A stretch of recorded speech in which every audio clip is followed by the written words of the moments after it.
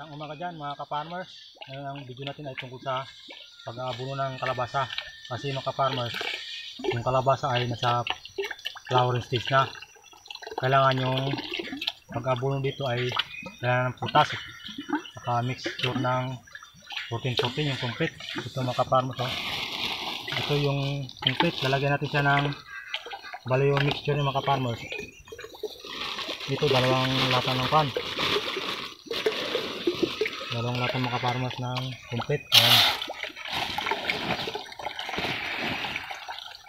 Ayan mga ka-farmers. Saka isang lata ng putas 00 mga ka-farmers. Ayan mga ka-farmers.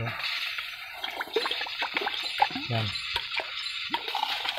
Bali ito mga ka-farmers, ito 16 liters ng tubig to. Yung balde na ito, laman ito. Kaya tutunawin natin siya. Tapos i-abono natin sa kalabasa. Yan mga ka-farmers. Tunawin natin siya.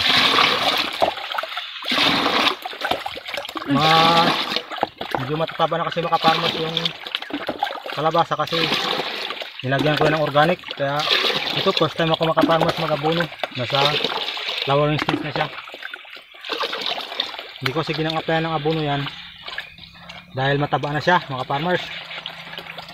Kaya ito abono tayo ng putas saka 14-14, wala nang urea kasi nasa flowering stage na siya, malapit na siyang mamunga.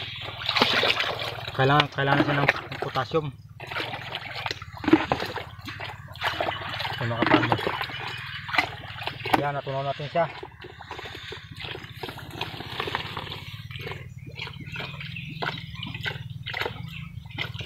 Mga ka-farmers, tunaw natin maganda.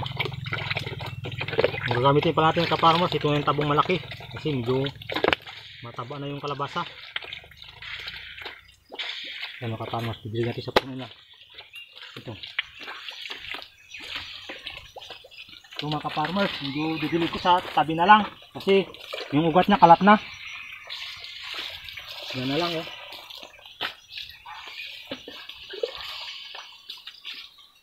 Ito na dinilig sa puno.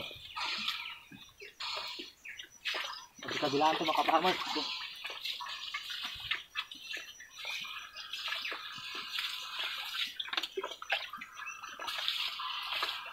Yan mga ka-farmers. Naman.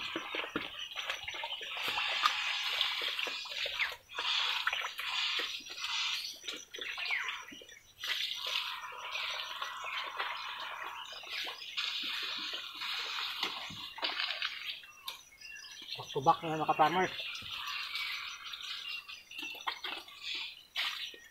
Kasi yung ugat ng mga ka-farmers nandito na sa tabi, kalat na siya.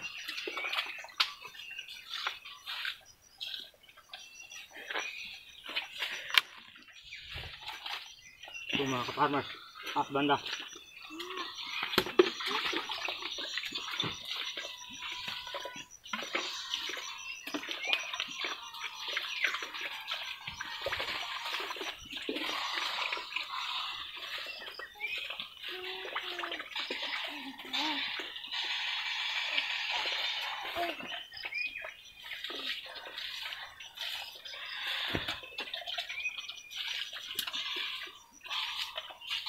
Mga ka-farmers,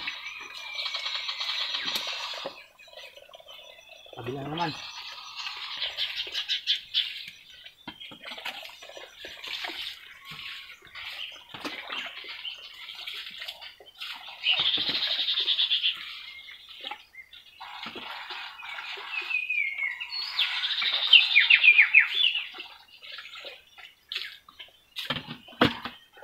Yan mga ka-farmers.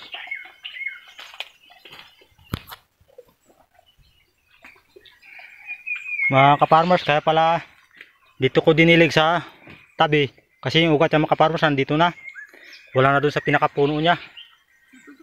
Kasi ito mga ka-farmers malaki na, oh, tingnan nyo, masyadong yabong.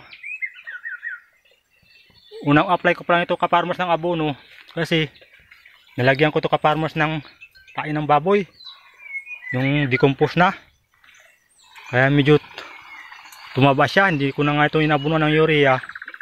Kaya yung mixture ko ng mga ka-farmers, yung 14 complete, dalawang lata at saka isang lata ng 0060 yung ammonia, yung potassium. Kaya ayan, sa tabi ko na lang in-apply mga ka-farmers. Kabilaan pa naman ka-farmers, dito tsaka dun sa kabila. Yan. Para mas ng abono. Hindi na kasi ako farmers nag-abono sa pinakapuno niya kasi malayo na yung ugat. Ayan o. Tsaka medyo may plastic mask kasi ito. Yung ugat niya mga ka-farmers, malayo nang narating niya. Ayan mga ka-farmers o. Dinadamuhan ito mga ka-farmers ng misis ko. Sa yung cameraman ko ngayon, nasa bumubulaklak na pala ito mga ka-farmers. Ayan o, tataba. Dito yung dalawang bukoy ko na sama rin sa amin, nagtrabaho. Ayan mga ka-farmers, tingnan yun, laki ng dahon. Yan.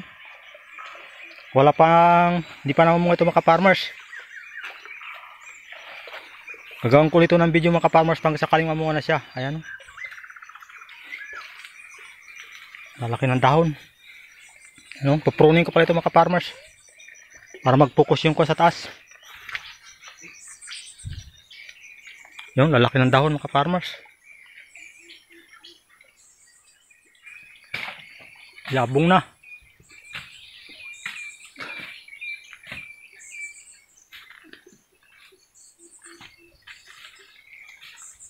Ito mga ka-farmers, lahat na-apply ko ng abono. Yung kanya dinemo ko lang yun para kung paano mag-abono sa ganitong stage ng kalabasa, yung nasa flowering stage na. Kasi sa ganitong flowering stage na, kailangan ng putas. Marami ng putas. Kasi sa tingin ko mga farmers, oh, masyado siyang malago, mataba. Walang bunga. Kaya na-apply ko ng putas. Kasi dapat sa ganitong stage at marami may bunga na siya pero wala pa rin. Kaya ayun mga ka-farmers, oh. Ayan. Magkakaroon ako ng update ulit ito mga ka-farmers kung sakaling mamunga na ito. Tsaka pag nag-pruning ako. Ang bilis ng damo mga ka-farmers. Ayan, thank you sa mga nanood ngayon ng aking mumunting video about sa abono ng kalabasa, yung nasa flowering stage at fruiting stage na. Sana pag-like and share yung aking video pang ma-update pa kayo sa mga susunod ko pang video about farming. Salamat, sana paki-subscribe nyo rin po yung aking mumunting YouTube channel para ma-update ko sa mga susunod pang video. Ganoon din sa mga nag-subscribe sa akin. Salamat sa inyong pag-subscribe. Bagamat hindi ko man kayo personal nakilala, taos puso ako nagpapasalamat sa inyo. God bless you all. Hanggang dito na lang po ang aking video sa aking tanim na kalabasa. Thank you for watching. Bye bye.